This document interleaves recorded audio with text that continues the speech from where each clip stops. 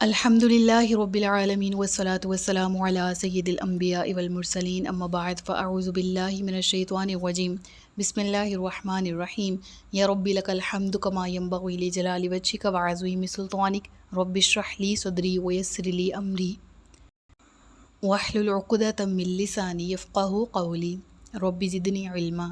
السلام علیکم ورحمۃ اللہ وبرکاتہ۔ پارہ نمبر 29 سورۃ القلم، اردو ترجمہ اور تفسیر۔ گزشتہ اسباق میں آیت نمبر 50 تک ہم نے پڑھ لیا۔ آج کے سبق میں آیت نمبر 51 سے باقاعدہ آغاز کر رہے ہیں، اور آج کے لیکچر میں اسپیشل میں اس آڈینس سے، ان بہنوں سے مخاطب ہوں جو اسپیشل ان آیات کی، ان دو آیات کی جو سورۃ القلم کی لاسٹ 2 ورسز ہیں، یعنی موسٹلی تفسیر اسٹوڈنٹس جو تسلسل کے ساتھ چلتے آ رہے ہیں، ان کے علاوہ کچھ مین آڈینس یہاں پر موجود ہو سکتی ہے، پاسبلٹی ہے، جو اسپیشل ان 2 آیات کی تفسیر کے لیے آئے۔ کیوں؟ یہ خاص اہمیت رکھتی ہیں نظر بد سے علاج کے لیے۔ نظر بد ہے کیا؟ ان آیات کا پس منظر کیا ہے نزول کا؟ ان آیات کی تفسیر کیا ہے؟ نظر بد کی کیا حقیقت ہے؟ نظر بد سے پروٹیکشن کے بارے میں اسلام ہمیں کیا گائیڈ کرتا ہے؟ اس بارے میں آج کے لیکچر میں ہم گفتگو کریں گے۔ سب سے پہلے میں لیکچر کے آغاز میں ترجمہ اور وہ تفسیر بیان کروں گی جو ہمیں کتابوں کی گائیڈ لائن میں ملتی ہے، دین میں اس کو آسان الفاظ میں، اپلیکیبل وے میں آپ کو سمجھانے کی کوشش کروں گی تاکہ آپ پوائنٹ گیٹ کر لیں جو ان آیات میں سمجھانا مقصود ہے۔ پہلے ہم تفسیر کی طرف چلتے ہیں، اور پھر ہم ان آیات سے ہم نے کیا سیکھا، کیسے نظر بد سے بچنا ہے، کیسے محفوظ رہنا ہے، یہ کیسے اس کا توڑ کرنا ہے، اس کے بارے میں بات کریں گے۔ تو آیت میں ذکر ہے وَإِن يَكَادُ الَّذِينَ كَفَرُوا لَيُزْلِقُونَكَ بِأَبْصَارِهِمْ۔ دیکھیں صاف لکھا ہوا ہے کہ لَيُزْلِقُونَكَ، پھسلا دیں گے آپ کو، کس سے؟ بِأَبْصَارِهِمْ، اپنی آنکھوں سے، یعنی اپنی نظر سے۔ اور یہ کافر تو تلے ہوئے ہیں اس پر کہ اپنی نگاہوں کے زور سے آپ کو پھسلا دیں، یعنی نبی پاک صلی اللہ علیہ وآلہ وسلم سے خطاب ہے۔ لما سمعوا الذکر، جب یہ ذکر کو یعنی قرآن کو سنتے ہیں تو کیا کہتے ہیں؟ وَيَقُولُونَ، کہنے لگتے ہیں، إِنَّهُ لَمَجْنُونَ، کہ بے شک وہ تو ضرور عقل سے دور ہے۔ علیہ باللہ، یعنی رسول اللہ صلی اللہ علیہ وآلہ وسلم کو قرآن سننے کے بعد کہتے ہیں یہ تو دیوانہ ہے۔ اب اس سے متعلق اس سورہ کے بالکل آغاز میں جواب تو دے دیا گیا، ما انت بنعمت ربک بمجنون، اے نبی صلی اللہ علیہ وآلہ وسلم، آپ اللہ کی رحمت، اللہ کی نعمت، اللہ کے فضل سے مجنون نہیں ہیں، بلکہ وَإِنَّكَ لَعَلَىٰ خُلُقٍ عَظِيمٍ، آپ تو عمدہ اخلاق کے، حسن کردار کے پیکر ہیں۔ اب یہاں دیکھیں سورہ کے بالکل آغاز میں بھی ذکر اور اختتام پہ بھی ذکر ہے ان کافروں کے اس الزام کا جس کی تردید بھرپور انداز سے اس سورہ میں کی گئی، جس کو رد کیا گیا۔ اب تفسیر کی طرف آتے ہیں ترجمے کے بعد۔ مشرکین مکہ نے نبی کریم صلی اللہ علیہ وآلہ وسلم کو اور ان کی قوت ارادی کو جب دیکھا کہ آپ صلی اللہ علیہ وآلہ وسلم کو وہ ہر ممکن کوشش میں تھے کہ ہم روک لیں، لیکن رسول اللہ وہ تو اسلام کی تبلیغ پر ایسے کاربند ہیں کہ دن بدن لوگ دائرہ اسلام میں داخل ہو رہے ہیں، اور محمد رسول اللہ صلی اللہ علیہ وآلہ وسلم تبلیغ اسلام سے باز بھی نہیں آ رہے، تو انہوں نے اللہ کے نبی صلی اللہ علیہ وآلہ وسلم کی قوت ارادی کو توڑنے کے لیے ہر ممکن طریقہ آزمایا، اور اس مقصد کے لیے آپ صلی اللہ علیہ وآلہ وسلم کے خلاف ہر حربہ استعمال کیا کہ کسی طرح اللہ کے نبی ہٹ جائیں۔ بعض روایات میں آتا ہے کہ ایک مرحلہ ایسا آیا کہ انہوں نے اپنے مقصد کے حصول کے لیے ایسے عاملوں کی خدمات بھی حاصل کی جو اپنی نگاہوں کی خصوصی طاقت کے ذریعے کسی کو نقصان پہنچانے کی اہلیت رکھتے تھے۔ کیا؟ نگاہوں کے ذریعے، نگاہوں کے اندر کی خصوصی طاقت کے ذریعے کسی کو نقصان پہنچانے کی اہلیت رکھتے تھے۔ اب سوال یہ پیدا ہوتا ہے، کیا ایسا ممکن ہے کہ ہم پری پلانڈ کسی کو نظر لگا سکیں؟ اور کیا ایسا ممکن ہے کہ نظر ایسے لگ سکے، یا نظر بد کی حقیقت ہے کیا؟ اس پر بات کریں گے ابھی، ٹھیک ہے؟ ویٹ فار اے وائل، ہم تفسیر کی طرف ہی ہیں ابھی، اور ہم چلتے ہیں کہ اللہ کے نبی کے دور میں ایسے لوگ کون تھے۔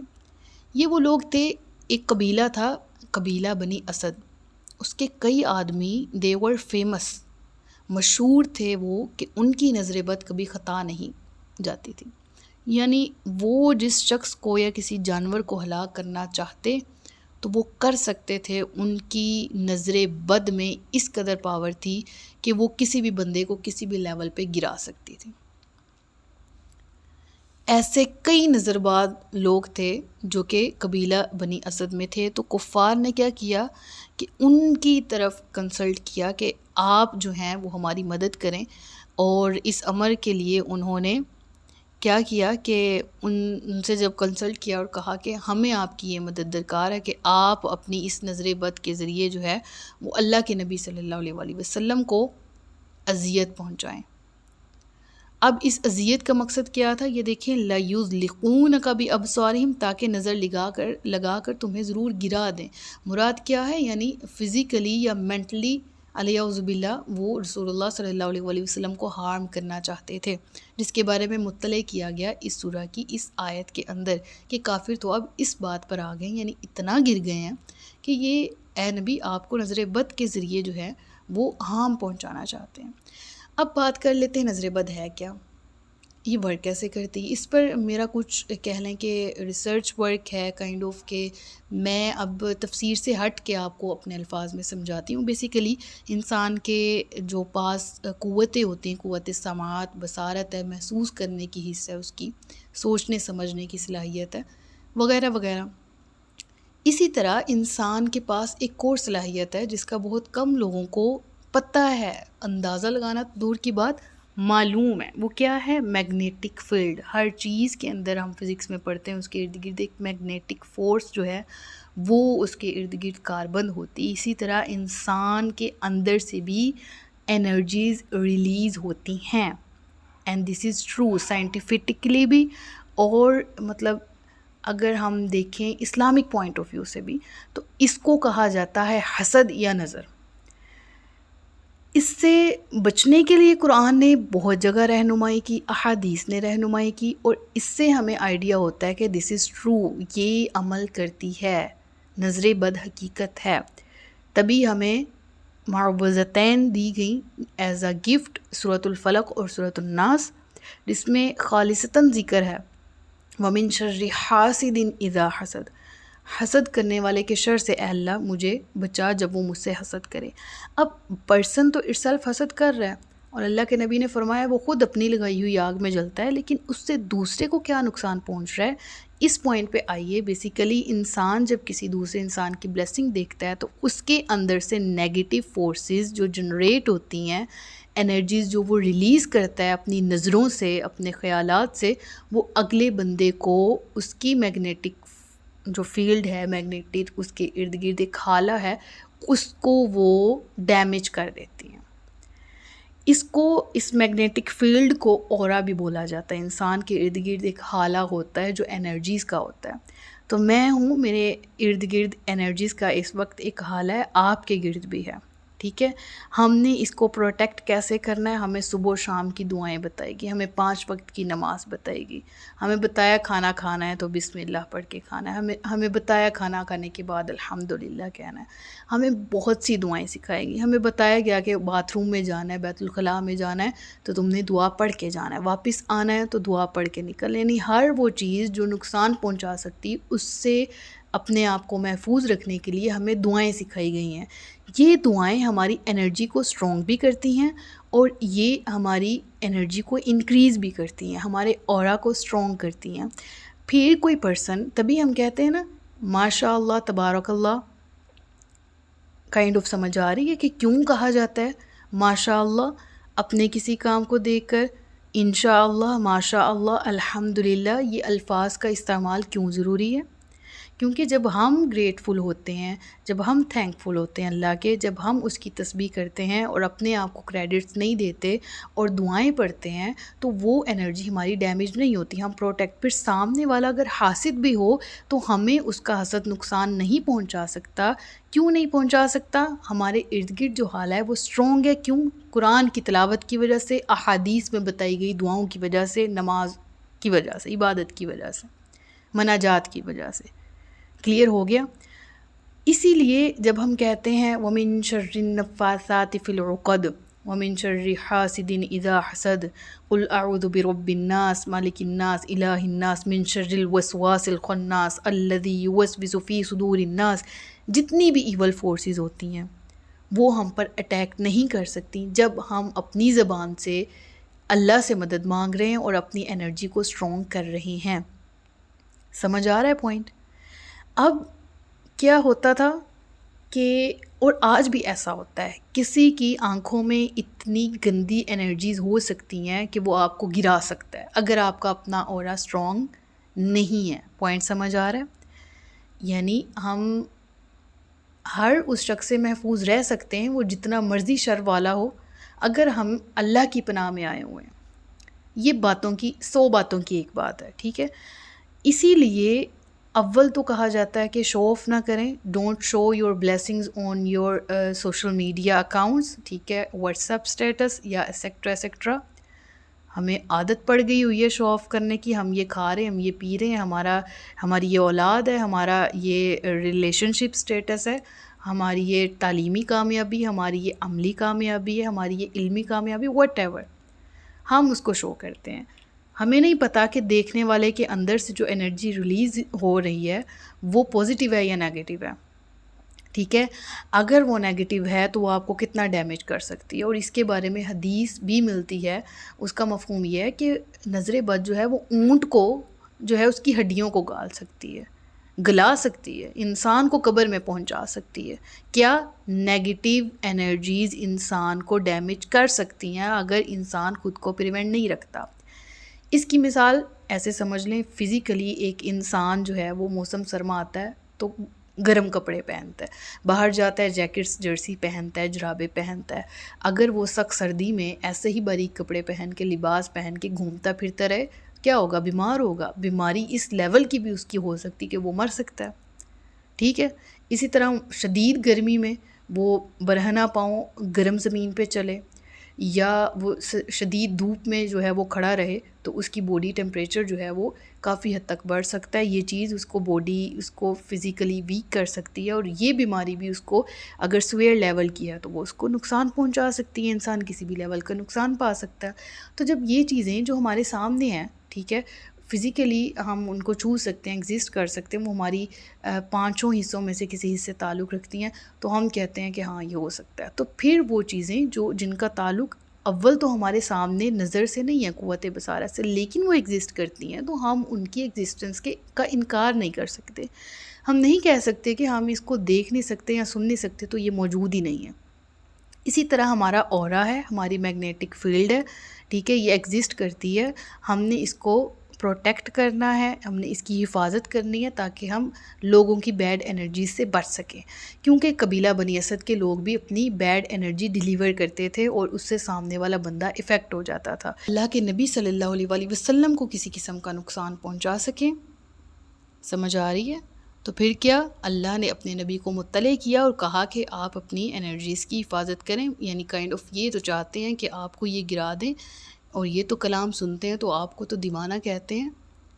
لیکن اصل کیا ہے؟ پھر قرآن کریم میں بھی جس طرح سورۃ الفلق ہے، سورۃ الناس ہے، اس سمیت اللہ کے نبی صلی اللہ علیہ وآلہ وسلم جو ہیں وہ دیگر بہت سی دعائیں جو تھے وہ پڑھتے تھے، اور ثابت بھی ہے صحیح احادیث سے کہ نبی کریم صلی اللہ علیہ وآلہ وسلم اپنے دونوں نواسوں یعنی سیدنا حسن اور حسین رضی اللہ تعالیٰ عنہما کو یہ پڑھ کر دم کیا کرتے تھے، اعوذ بکلمات اللہ التامات من کل شیطان وہامہ ومن کل عین لامہ. اور نبی پاک صلی اللہ علیہ وآلہ وسلم فرمایا کرتے تھے کہ حضرت ابراہیم اپنے دونوں صاحبزادوں یعنی اسماعیل اور اسحاق علیہم السلام کو یہ پڑھ کر دم کیا کرتے تھے. اور حضرت حسن بصری رضی اللہ تعالیٰ عنہ سے منقول ہے کہ جس کو نظر بد سے تکلیف پہنچے یہ آیت پڑھ کر اسے دم کیا جائے. اب سمجھ آ رہی ہے کہ یہ آیت جو ہے یہاں تک آج اس لیکچر تک آپ پہنچے ہیں. کیوں علماء کہتے ہیں کہ یہ آیت جو ہے وہ نظر بد سے مفید ہے؟ کیونکہ یہاں پر ایک قول ہمارے سامنے آ گیا کہ اس آیت کو پڑھا جائے تو یہ بہتر ہے.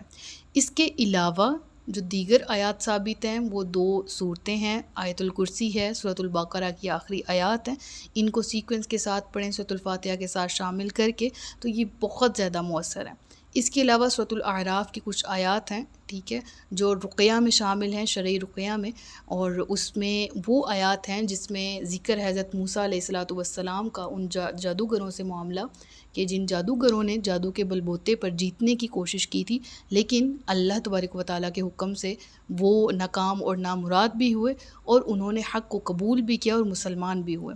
تو کچھ آیات ایسی ہیں جو شرعی رقیہ اگر آپ فالو کریں، اس کو ڈیلی روٹین میں شامل کریں، تو وہ آپ کو فائدہ پہنچا سکتا ہے، جس میں قرآن اور حدیث کی روشنی میں جو ہیں وہ مین ورسز اور مین احادیث ایسے جمع کی گئی ہیں جو آپ ایک ہی وقت میں بیٹھ کے پڑھ سکتے ہو بغیر جگہ جگہ سے تلاش کیے، اور وہ آپ کی ہیلپ کر سکتے ہیں۔ اگر رقیاز آپ نے سرچ کرنے ہیں تو میں آپ کو ان کے لنک ڈسکرپشن میں دے دوں گی، آپ وہاں سے جا کے ڈاؤن لوڈ کر سکتے ہیں ان ایپس کو۔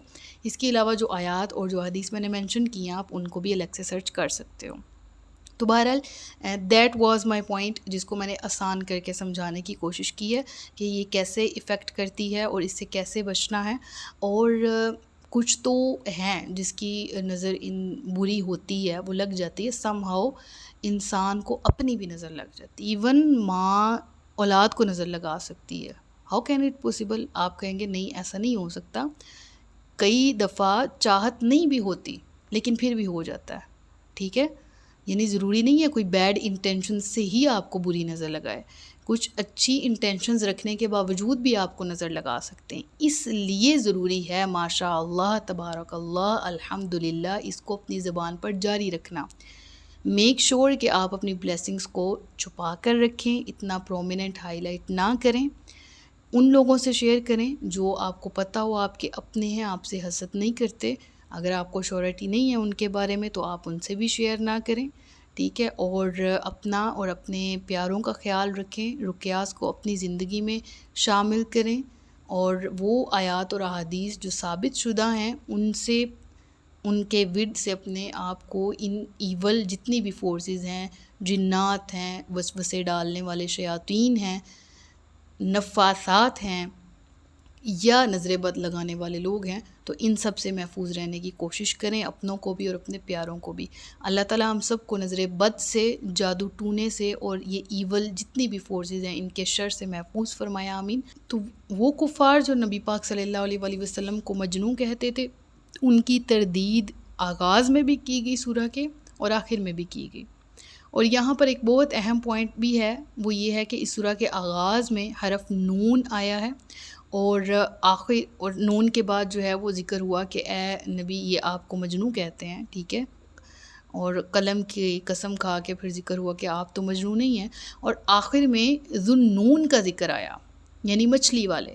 تو کیا ہی پیارا حسن اتفاق ہے کہ ہم اگر اس پوائنٹ کو سمجھیں تو کیسا ہی اہم اور پیارا نقطہ ہے یہ کہ اس سورہ کے آغاز میں بھی حرف نون ہے اور اختتام میں بھی۔ دراصل نون کسے کہتے ہیں؟ مچھلی کو، ٹھیک ہے، اور سورۃ الانبیاء کی آیت نمبر 87 میں حضرت یونس کا ذکر ذوالنون مچھلی والے کے لقب کے ساتھ بھی کیا گیا ہے۔